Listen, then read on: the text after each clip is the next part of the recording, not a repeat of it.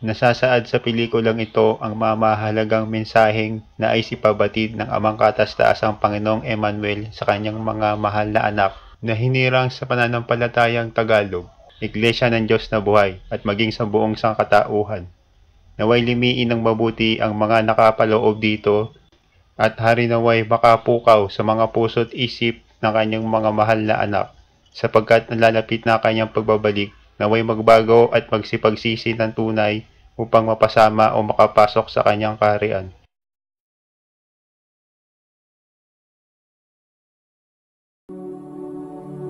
Ang pelikulang may pananampalataya sa Amang Katas-Taasang Panginoong Emmanuel.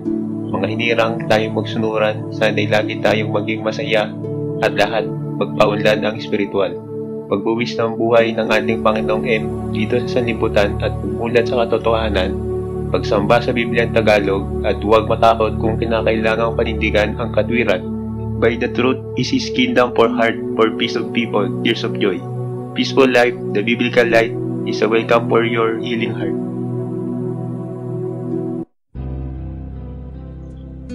Kung ako nga na iyong hari na nagtayo ng pananampalatayang ito ay hindi nyo sinunod ang aking mga pangaral, mano pa kaya'y sa talampas ng kalangitan para lamang kayong isang hangin nagpapadumi sa sanlibutan, manapay pagkusundi ng aking mga pangaral.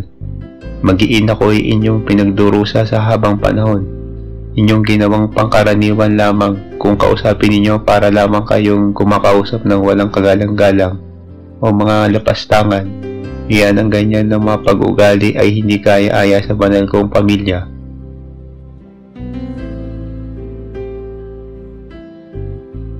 Naturingan ang ngalan ko ay Emmanuel, ngunit ginawa ninyo akong ulila, tagapaggamot ng inyong mga nararamdaman, tagapagpaalis ng inyong mga kasalanan, tagapagbigay ng inyong mga kasaganahan, ngunit pagpus magpasalamat. Mga aral ko'y kinalimutan, parang isang bula sa talampas ng hangin ng dalampasigan. Kaya lamang ko at araw ko ang inyong mga tinutuluyan sa ngayon. Kaya naman hindi na nakakataka na gayon din ang gawin ninyo sa mga prinsesa at ina ninyong mag-inang reyna. Mga kabataan walang nagsisunod o biyong sukaban ang may sala, mga kasamang naturingan ng Iglesia ng Diyos na Buhay. Ang bininyag ko sa inyong pangalan, ngunit ang mga nagaganap parang patay sa batis, ang inyong mga pagkukulang sa langit ng kawalan ninyong pagkukusang ipaliwanag sa mga kabataan.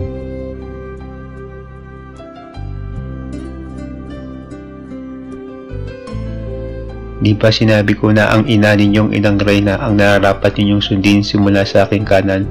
Bagkus na inyong sundin ay sinasagot ninyo ng pabalang.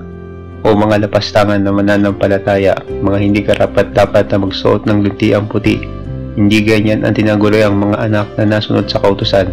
Bagkus na sundin ninyo ang inyong inang reyna ay laging may nakabusal na tabak sa kanyang mahal na likuran.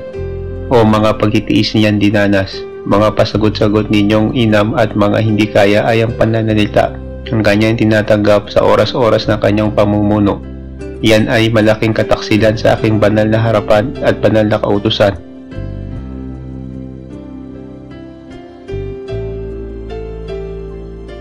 Karapat-dapat pa ba kayong balikan kung ang banal na guro ninyong hirang nahirapan ng buong tunay? Mano pa kaya kung ang mag-iina ko na lamang ang nasa inyong harapan? Mga batas niya ay inyong binabaliwala. Mga kautusan ay pabalat bunga ninyo lamang sinusunod. Hindi ganyan mga anak. Kayo'y nananatili pa rin sa mga material na gawain sa sanlibutan. Kung gayon hindi kayo ang lahi ng maralitang Pilipinong tinuruan ko, banal na guro na ninyo ng hirang ay tumubo sa sanlibutan. Inyo nga tinalimutan.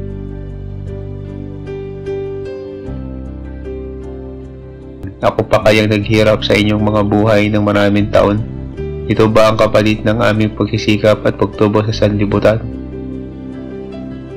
Ang inyo kaming ipagpalit sa mga material na mga bagay, mga kapatid ninyo nag-i-spiritual nga, inyong itinapon na parang mga aso sa gubat at niyurakan pa ninyo ang kanilang pagkatao. Paano na lang kaming mga banal?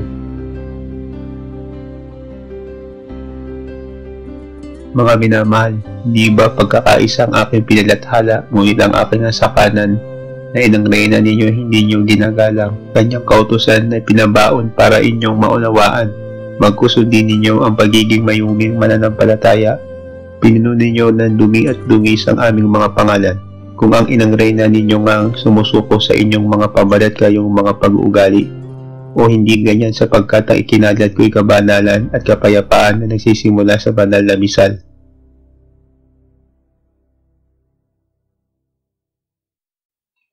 Mga magulang at kapatid sa pananampalataya, naway makita ko buo pa rin ang inyong mga tiwala sa sarili. Pakiusap mga minamahal, pakaingatan, marinig ang pamilyang minamahal, o mga paring hindi sumusunod sa unang tinig kung ang kanilang kapwa na gawa nila saktan. Ako pa kayang nagbigay ng buhay, naturingan ngang ako ngang buktong ang nagbigay sa inyong buhay. Nagawa ninyong kalimutan ng aking mga nuntiang aral. Pinasusubalian ninyo na lamang, subalit kahit kayo'y nagkasala, ako ang Diyos na lagi nagpapatawad hanggang kailan kayo magising sa inyong mga kahangalan. O bakit nawawala ang paggagalangan mga minamahal? Kung kayo'y talagang nasunod sa kautusan, hindi kayo nararapat na mag-alimura ng inyong kapwa. Pagkus pakinggan, dala-dala nilang kautusan sa aking banal na harapan, na nanggaling sa aking banal na harapan.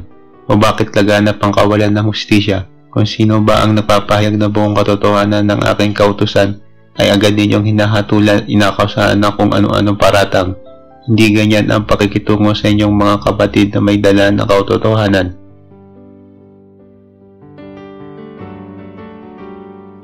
Kung yang may dala ng katotohanan na gawa ninyong saktan, ipatapon at ipakulong. Ako pa kaya inyong hari? Sapagkat pinanatili ninyo ang ugaling hilaw sa pananampalataya. Kung gayon, wala na sa inyo ang buod ng unang tinig at buod ng pananampalatayang ito. Sapagkat wala akong kautusan mga minamahal kong hirang, kundi pagmamahal at pagkakaunawaan. O pakiusap mga minamahal, iwasan ang sakitan, iwasan ang pagmamataas sa inyong sarili. Sapagkat ang nagpapakataas sa ibaba at ang nagpapakababa itaas. Yan ang mga tunay kong anak na sumusunod sa kautusan.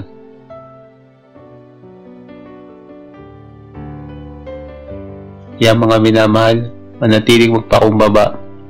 Pag-ingat sa mga pananalita upang magkaisa ang bansang mananampalataya at ang ating bansang Pilipinas, o mga hinirang na minamahal. Upang maging isang dakila, dapat may pagtitimpi, may kaunawaan sa kapwa-tao at kapwa ninyo kapatid. Pakinggan ang kanilang ginawang kabutihan sa aking banal na harapan. Pagkus na kayo'y mag-away-away, magkaisa na hirang para rin sa inyong mga anak at kaluluwa. Huwag basta magpapalayas ang inyong kapatid.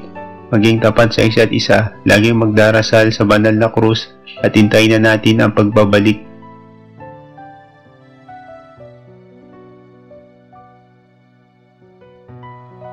May gawa at kilos mga minamahal, alisin nawa ang batas ng praile sa ating banal na simbahan. May panatang makabayan, sapagkat ang bayan ninyo ay perlas ng silanganan. Hintayin ninyo ang aking pagbabalik at susukatin ko ang inyong mga nagawang kasalanan at kabutihan. Dapat ay sukat at pantay lamang. Ang kabayanihan ay may katapatan at may katarungan para sa inaapi ninyong kapatid. Huwag makasama sa paghusga ng bagkus na igupo. Matuwa at magalak sa kanilang dalang kautusan galing sa aking banal na misal. Aalisin ko mga minamahal ang mga hilaw ninyong paniniwala sa inyong inang reyna, sapagkat iyan ang aking nasa kanan na simula at simula pa, sapagkat siya nagbigay sa akin ng tuwa at saya.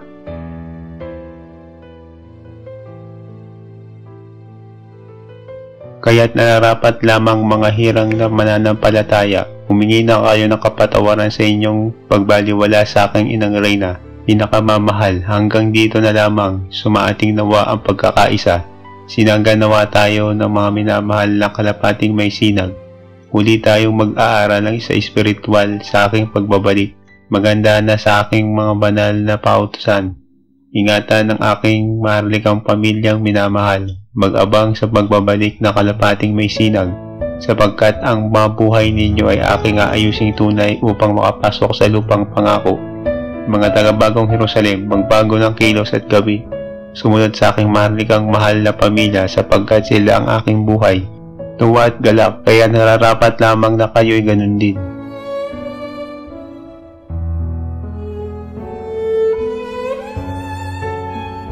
Mga ministrong nagkasala, tumulak sa mga mensaherong aking pinadalang tunay. Inutusan kong gisingin ang inyong mga diwa. Di ba't sabi ko, ako ang lalaking may paninindigan? Kaya naman mga ministrong nagkasala, humingi ng tawad sa banal na krus. Nararapat lamang na sila'y pakinggan. Mga banal na nakapasa sa ikapitong sa. Dapat ninyo silang tularan at alisin niyo ang pagkaingit at pagkapuot sa inyong kapwa. Dapat ninyo silang irespeto at igalang, sumunod sa aking buktong na anak, sapagkat sabay kami muling bababa. Isang malinis na pamayanan ang aking lilikhain.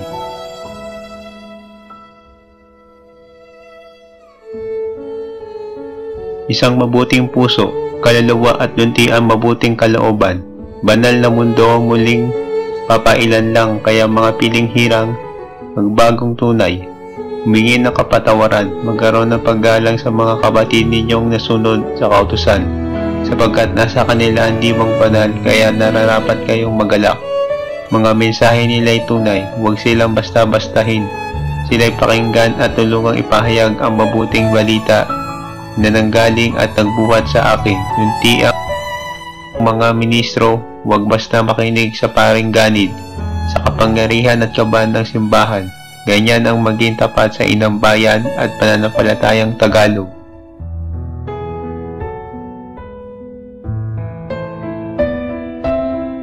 Naway makinig sa muli kong pagbabalik, o mga ministrong kagalang-galang, para kayo'y tawaging kagalang-galang na minamahal at sinasangkapan ng diwang banal. Huwag maging sunod-sunuran, maging mabuting mananampalataya at mamamayan, at mabuting kapatid sa kapwa. Kapatid, ngunit manapay marunong umunawa sa mga nag-i-espiritual na kapatid. Iyan ang batas ng gobyerno espiritual. Pakinggan ng mga nag-i-espiritual ninyong kapatid. Huwag nawang magbingi-bingihan. Lumuhod ng tapat sa banal na krus. Mga ministrong nagkasala at nagtaboy sa inyong mga mensaherong kapatid ay nagsisi, nawang tunay, at maghugas ng kasalanan sa aking banal na harapan.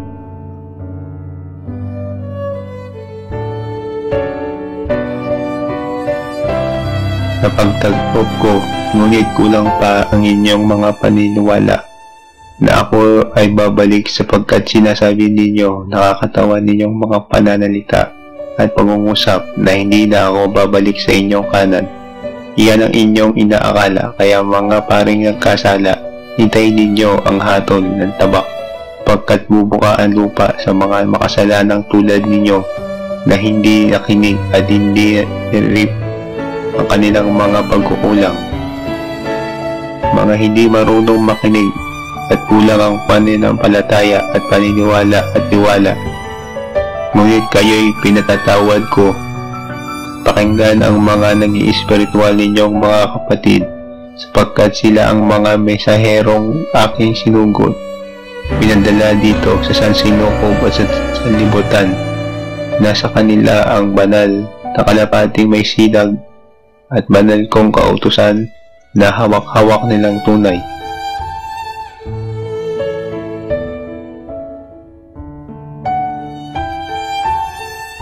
Kayo mga minamahal na nasunod sa kautusan, huwag susunod sa mga maling gawi katulad na lamang ng pagpapalaya sa mga kapatid ninyong nag-espiritual na tunay. Ngunit hindi ninyo nalalaman, sapagkat wala kayong alam kundi pagmamateryal. Sinunod nila ang aking nais. Sila'y humiga sa lupa, nagpakaabang tunay, natulog sa basurahan, kahit ang bingit na kamatayan ay nakaupang sa kanilang harapan, ay sumunod pa rin sila sa aking kautusan. Hindi nila inalita na ang paghuhusga ng mga tao, kailanman hindi na wala sa kanila ang aking mga pinangaral. Humiga sa bubog, nangaral sa kabataan.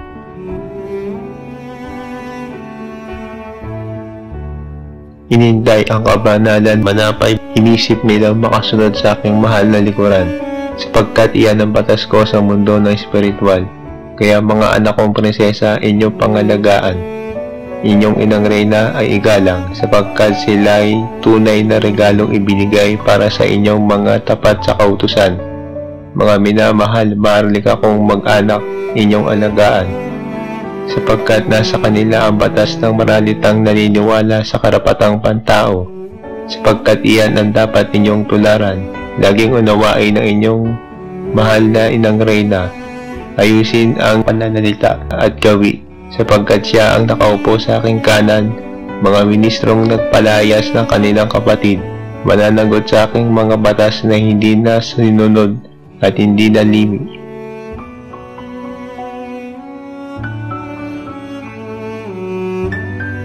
O mga kapatid niyo'y dapat alagaan, sapagkat sila ang tumubo sa sanlibutan. Sila ang nagbuhat ng krus ng unang tinig at banal na misal. Sila ang tunay na mananampalatayang nagtagumpay sa ikapitong sa. Sila mga minamahal na mananampalataya ay tularan. Maging mabait, maging masunurin sa inyong mahal na inang reyna, upang sa aking pagbabalik tayo'y magniniig sa banal na mundo. Iingatan ninyo ang inyong mga prinsesa, sapagkat sila ang spiritual na pamilya na ipinamana ko sa inyo sa mahabang panahon. Iyan ang aking mga aral at batas, hindi mababali, sapagkat utos ng katastasang hari. Ako si Emmanuel, ang huli at una sa inyong harapan, naway maging magiting na mananampalataya.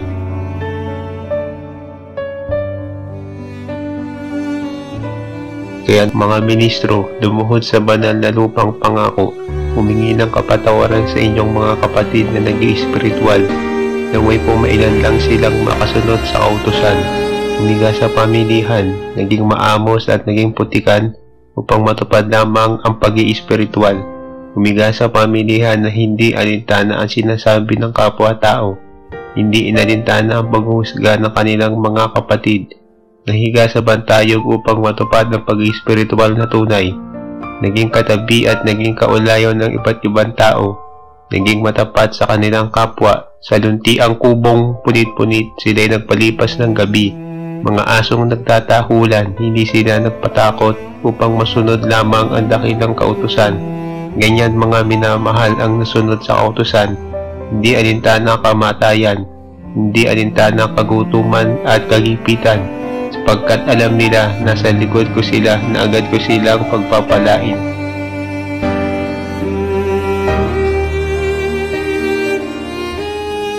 Kalyang putikan kanilang sinuong na tunay, upang makapagpahayag ng mga salita ng Diyos. Puno na may lambing ang kanilang naging sandigan, kanilang nilakaran, mga bayan-bayan. Ang nakatulad sa banal na Guro Pascual ay silang tunay, sapagkat may katapatan silang sumunod sa panalangin harapan o mahal na lunti ang putikan na basurahan. Kanilang tinulugan sa paglalambing ng takip silim. Buhay nila ay hindi inalintana upang maipahayag ang buong katotohanan. O mayayaman na lunti ang pamilihan, gutom nila ay kanilang tiniis, makasunod lamang ang kadakilaan ng banal na Guro Pascual. Binuhat nila ang banal na krus, inukit na kapalaran, sinunod banal na dakilang utos.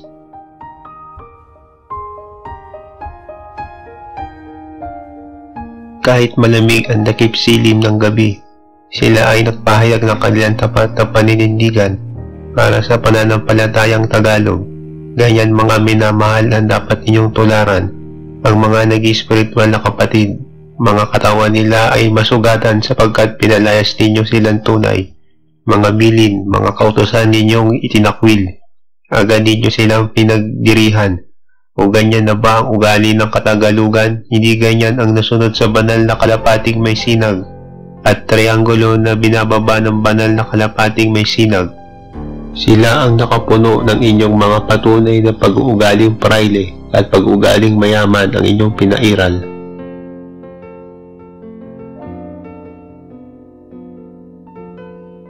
Sapagkat ang inang reyna kong minamahal, ginawa ninyong disusi, sunod-sunuran sa inyong mga nais o mga paring isinusuka ng espiritual na mundo. Sa muling pagbabalik naming mga banal, magtitikman ninyo ang hugupit na ang tamang kaparusahan. Maharlika kong pamilya, inalisan ninyo ng dignidad ang kanilang mga kabanalan na hindi nyo kailanman ginalang. Pagkus kung sila'y inyong tinitignan ay parang katulad ninyo lamang. Diyan kayo nagkakamali mga minamahal, sapagkat sila ang nagbuhat ng kinabukasan at saya at nagbigay kulay sa mundong ibabaw. Kaya inuulit ko mga minamahal at sa bansang mananampalataya, pamilyang maharlika inyong pangalagaan at pagkamahaling tunay sapagkat sila ang nagbibigay biyaya at bukas.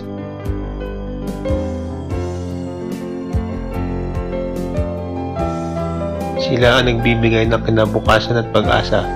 Sila ang nagbibigay ng kabanalan. Sila ang katunayan sinikap nila kayong pakisamahan sa habang panahon. Sinikap ng aking mahal na pamilya na kayo ay tipunin at buuin. Kaya naman nararapat ninyong suklian ng buong katapatan ng pagmamahal. Ganun din ang ipinakita ninyo na pagmamahal at pagsunod. Ito ang panawagan para sa bansang mananampalataya. Kung gaano ninyo ako sinunod at minahal, ganun rin ang inyong katapatan na ipakita kung gaano nyo ako inalagaan. Ang Inang Reyna ay nagsikap na muli kayong itupunin sa aking kanan ng aking pagbabalik. Ako ang inyong hari, ako ang huling ngiti sa buong sanlibutan at sa buong sansinukob. Pagtunog ng kampanang kandilero, manapay bababa ang katarungan.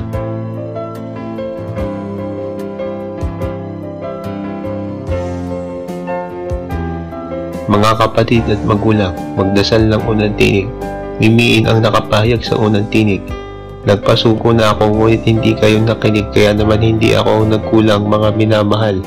Ang mga sarili niyong katawan ng inyong sinunod, mga material ninyong mga salita at talas niyong bibig sa paghusga na nagdadala ng tunay na kapahayagan at tunay ng kalayaan para sa tunay na kinabukasan at katagumpayan ng bansang mananampalataya.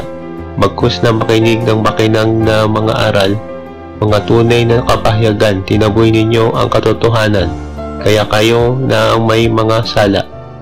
Hindi na kami nagkulang mga minamahal ng paalala sapagkat ayaw ninyong tumanggap ng kabanalang espiritual.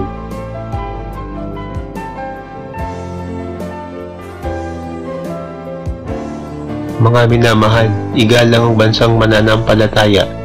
Igalang ang mga bansang karapatang pantao na magpahayag ng buong katotohanan at buong katapatan na merong paninindigan at dignidad. Sapagkat sila ay nag-i-spiritual, dapat silang itanghal sa bantayong nangrurok ng tagumpay. Sila ang mga nagpipitaganang nag-i-spiritual na tunay. Ngunit pagkus pakinggan mga pakiusap, mga ganit ang mga nasunod. Sila'y pinalaya sa talampas, pinagsaraduhan ng pintuan ng inanda-inan. O nasaan ang pag-ibig na itinuro ko na minamahal sa mga mananampalatayang irog?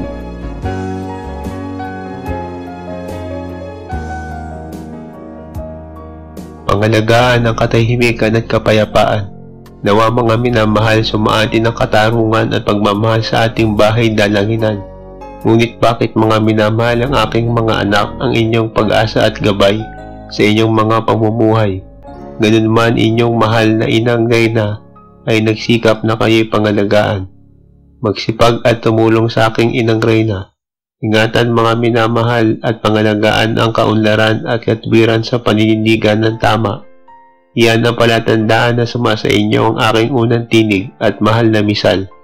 Pangalagaan mga mahal na prinsesa sapagkat malapit na ang pagdating namin Diyos ng mga Diyos, hari ng mga hari, at ang prinsipe Emaru marikit sa aking kanan.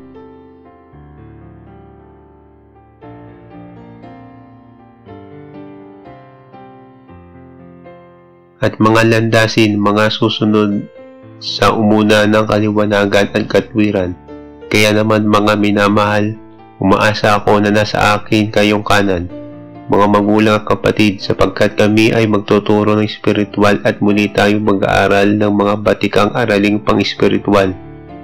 Mga mananampalataya, tayo muling magsama-sama sa galak at saya, at sa pagtuturo ng espiritual na marami kayong matutunan sa panitikang pambansa. Pangalagaan ang inyong mga anak at magulang, tulungan kung naghihikaos, tulungan ng mga nagigipit, tulungan ng mga may sakit ninyong mga magulang. Maging mapagpasensyoso sa lahat ng mga bagay dito sa lupang pangmaterial.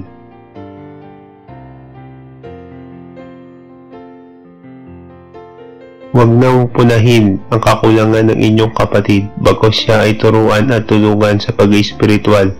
Walang hanggang pagkabuhay na maguli. Di na muling mamamatay ang mga mananampalatayang tapat sapagkat ang buhay ay wala ng hangganan sa espiritual na mundo. Honesty and dignity, the truth, they pacify. Ingatan ang inyong mahabang buhay. Gumawa ng mabuti, ipakita ang kagalang-galang na ugali sa maharlikang pamilya, ang ugaling katutubo at sariling atin.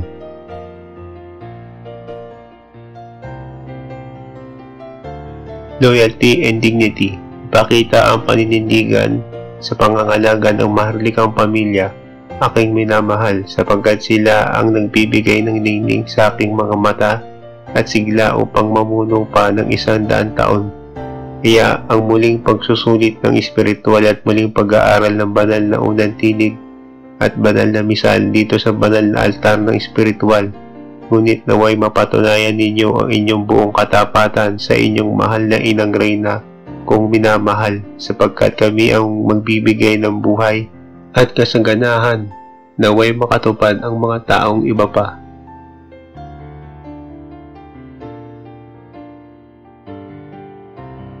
Bakit hindi kayo tumulad sa mga nang-espiritual na tunay? Sila ang nakatupad na tunay, humiga sa ilalim ng puno na may bubog hanggang sa pulahan ang kanilang damit sa sobrang dumi. Ngunit hindi nila alintana. Sumunod sila sa aking banal na utos at ang banal na Guro Pascual ay nagagalak. Pinangaral ang tunay na pananampalatayang Tagalog. Mga mananampalatayang Tagalog, yan ang inyong tularan. May matapat na paninindigan at walang takot na sumuong sa kapamahakan. Tinis ang sakit ng mga paang luntian habang inay nahulog sa hagdanan, ngunit hindi rumaraing kahit kailanman sapagkat alam niya na tutulungan sila ng mga anghel na tagapagpatupad ko ng batas sa sanlibutan. Kaya mga minamahal, saliksikin ang mga pangyayaring ito, hanapin at tularan ng kanilang mga nagawang kabayanihan at kapuri-puring pagsunod sa banal na kautusan.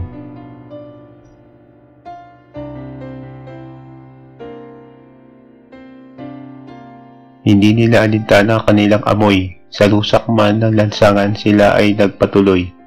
Mahal nilang inay, lagi nagdadasal ng taimtim sa aking banal na harapan. Mga daing niya ay puno ng pag-ibig at pagmamahal, o ganyan ng punong ng katapatan at magagandang himig ng kanyang mga pangaral sa kanyang mga anak. Mga problema ay agad na sosolusyonan dahil ina na laging tumatawag sa aking banal na harapan. Banal niyang katawan kanyang inalay sa paglilingkod upang makatupad. Mga mahal niyang anak na sumama sa paglalakbay na walang humpay at paglalakbay na may kinabukasan para sa bayan at pananampalatayang tinubuan, makatupad lamang.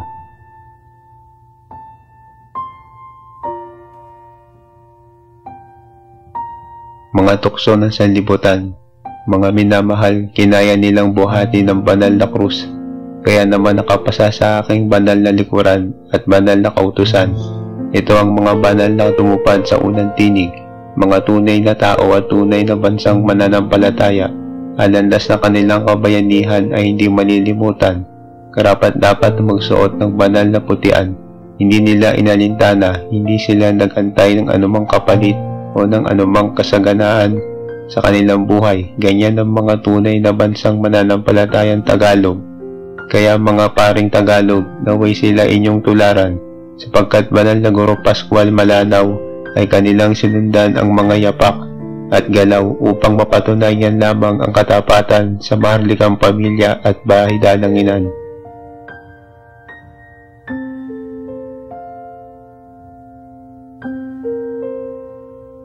O hindi masukat ang kanilang katapangan at paninindigan. Ganyan ang nakasaad sa banal na kautusan at banal na misal. Matataas na pamayanan ang kanilang sinabong ang kanilang pag-iespiritual. Masaktan man ang kanilang damdamin, hindi nila alintana ang pagpasok ng tigre at leon. Pumunta sila ng bahay dalanginan o mga batas na praile ang kanilang mga nadatnan. Kanilang ipinahayag pa rin ang buong katotohanan, tagapangalaga ng katotohanan at tapat na mananampalatayang nag-espiritual. Kaya naman mga mananampalatayang Tagalog, maging tapat sa inyong Reyna at sa mga mahal na prinsesa, maging tapat sa ating Amang Batala na lumikha ng langit at lupa, maging matulingin sa inyong kapwa, maging masunurin sa mga batas ng aking bahay dalanginan.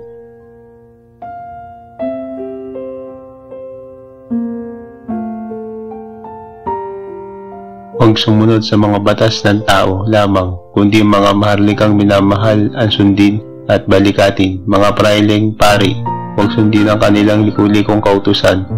Mga ministrong napasunod sa mga maling utos, mga ministrong walang paninindigan at walang katapatan sa bansang mananampalatayang Tagalog, sapagkat nakuha nila saktan, banal na kautusan ang dapat na masunod, maging matapang at may paninindigan, maging magalang sa magulang.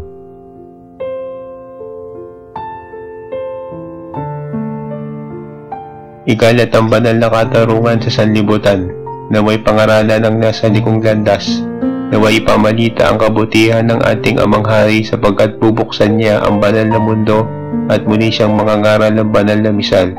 Kaya mga kabatid na minamahal, muling makinig sa mga butihing aral ng ating Amang Hari, naway magkasundo sa hapagkainan, naway umagos ang luntiang biyaya sa mundo ng espiritual. Luntian tubig at batis, malinis sa espiritual na pagkain ng kanilang papapasukin sa espiritual nilang katawan.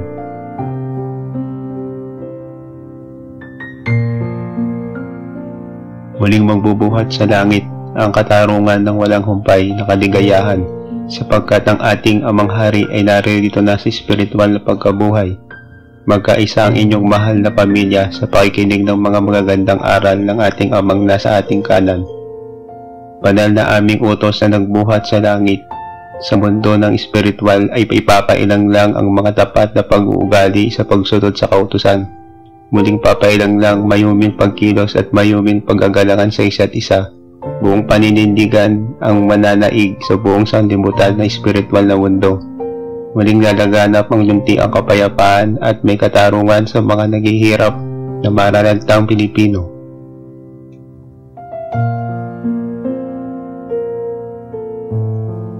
Dito'y walang pili, tagalabas man o tagaloob ay makakapasok basta tagi-espiritual na tunay at nasunod sa aking dakilang kautusan. Hindi relihiyon na sukatan kundi pag-aaral ng pag-iespiritual at paglilibi ng dagdag na kalaman. Dito'y nagkakasundo ang lahat ng mga tao. Nakangiti, natutunghay sa kalangitan ang banal na kalapati may sinag, ang muling sisinag sa buong sanlibutan, sapagkat iyan ang aral ng banal na lalaking may sinag.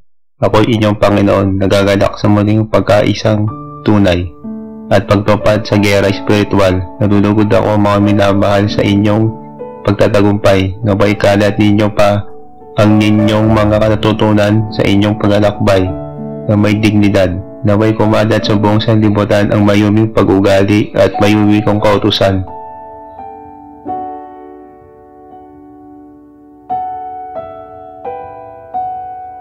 Ako ang inyong hari na nagagalak na may makalat ang mga pagkakasundo-sundo ng lahat upang makapasok sa mundo ng nag-iespiritual.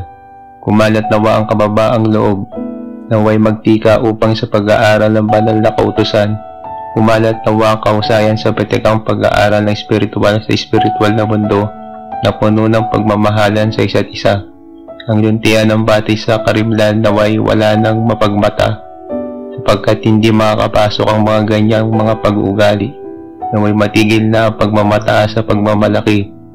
Naway ang mga praileng Tagalog, gugupuin ko at isasalansang muli ang katarungan at kabaitan at kalinisan at buong katapatan ng mga anak ko na nasunod na nag-iespiritual.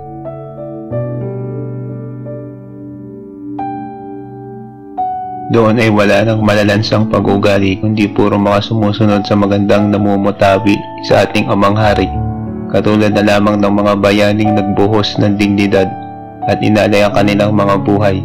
Naway kumalat ang kabayanihan dito sa bayan ng espiritual sapagkat muli silang mapubuhay at muling mangangaral kasabay ng ating Panginoong M sa kanyang kanan at muling papayapain ang espiritual at material na mundo at mapupuno ng kapayapaan sa buong sanlibutan.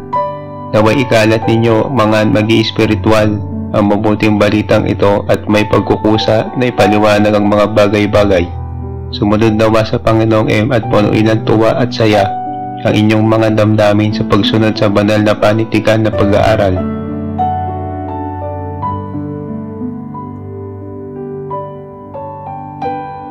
Kaya naman mga nagsiganap ng espiritual, kayo nasa langit ng buhay, na kaya kayo'y nagtagumpay na sa ikapitong sa Pagka tayo ay malapit ng manaig, tayo muling mag-aaral at muling bubuksan ko para sa iba pa ninyong mga kapatid. Nawa ang inyong mga natutunan ay huwag kalimutan. Baunin hanggang sa espiritual na mundo, baunin ng pangaral at paggalang ng buo kong lubos, kaya naman ako ay nagagalak na tawagin kayong mga uliran sa pagsunod sa kautusan. Kinalat ninyo ang kabutihan ng katapatan. Ako ay nagagalak sa muling pagtatapos ng taong marami kayong nailigtas na kaluluwa, nangangailangan ng tulong na pang-espiritual at pang-material.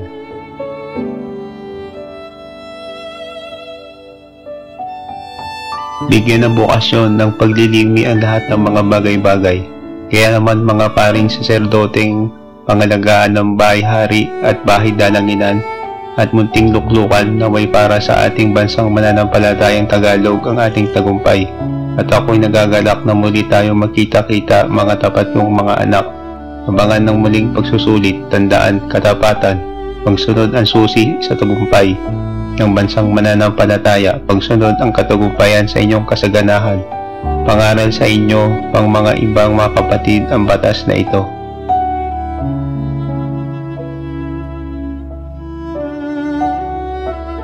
O nang Panginoon ninyong Diyos, lagi kayong may katwiran at lagi kayong marunong. O hanggang may panahon panaway, huwag ninyong suwayin ang mga batas na alintuntunin na nagbuhat sa langit. Kung ako nga na inyong Panginoon Diyos, nagagawa ninyong suwayin, paano pa kayong makakapasok sa mundo ng espiritual? Matuto kayong umamin sa inyong mga kasalanan. Manapay makinig sa lahat ng aking aral. Huwag makinig sa mga material ninyong mga kapatid na nasa sanlibutan. Mga kapatid na hirap, binibigyan ko kayo ng pagkakataon upang makapasok sa banal na mundo, sa aking banal na kaharian.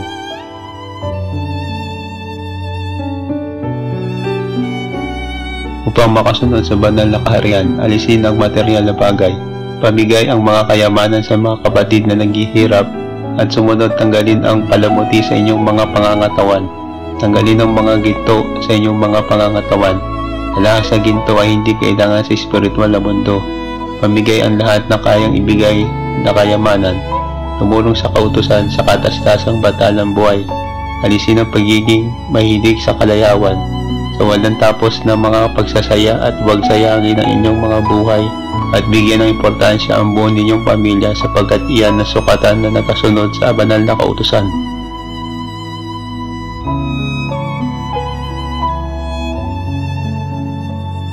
Kalinisan ng kalooban, panatilihin nawa mga minamahal, espiritual na bagay na may pag-usapan. Kabayanihan ng ating mga bayani, ang ating sariwain sa ating mga buhay upang makapasa sa pagsusulit. Kailangan lahat ay angkop at nagkakasundo-sundo kayong mga magkakapatid na may pagkukuro-kuro at paraan sa mga bagay-bagay. Paparaan para mabuhay ng marangal, huwag gagawa ng panlalamang sa kapwa. Galang ang karapatang pantao. Galang ang inang kalikasan, magsipag sa pagsusulit ng espiritual, magkusang alagaan ng inyong